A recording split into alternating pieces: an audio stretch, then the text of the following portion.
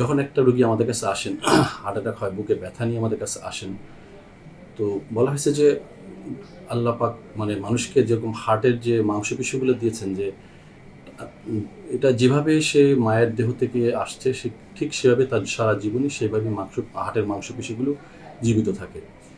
এটাকে রিজেনারেশন করা, নতুন করে উৎপাদন করার কোনো সুযোগ নেই।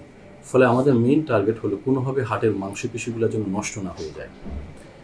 উদ্দেশ্য হলো যে যখন হার্টের রক্তনালীতে ব্লক হয়, রক্ত সঞ্চালন পুরোপুরি বন্ধ হয়ে যায়, তখন হার্টের ওই অংশটাতে নিউট্রিশন বা অক্সিজেন, প্রপার অক্সিজেন এবং নিউট্রিশন না পাওয়ার কারণে হার্টের মাংসপেশিগুলো আস্তে আস্তে মরে যায় এবং এগুলো আস্তে আস্তে দুর্বল হয়ে পড়ে। কোনো কারণে যদি এটা দুর্বল হয়ে পড়ে, তাহলে ওই হার্টের মাংসপেশিগুলো দিয়ে হার্ট পুরোপুরি পূর্ণভাবে কাজ করতে পারবে না। আর যত সময় যাবে, একটা ব্লক হওয়ার সাথে সাথে রক্তের সাপ্লাই বন্ধ হয়ে যাওয়ার সাথে সাথে এই অভাবগুলো দেখা যাওয়ার কারণে হার্টের মাংসপেশি অতি দ্রুত দুর্বল হতে থাকে। এজন্য বলা হয়ে থাকে টাইম মিনস মাসেল।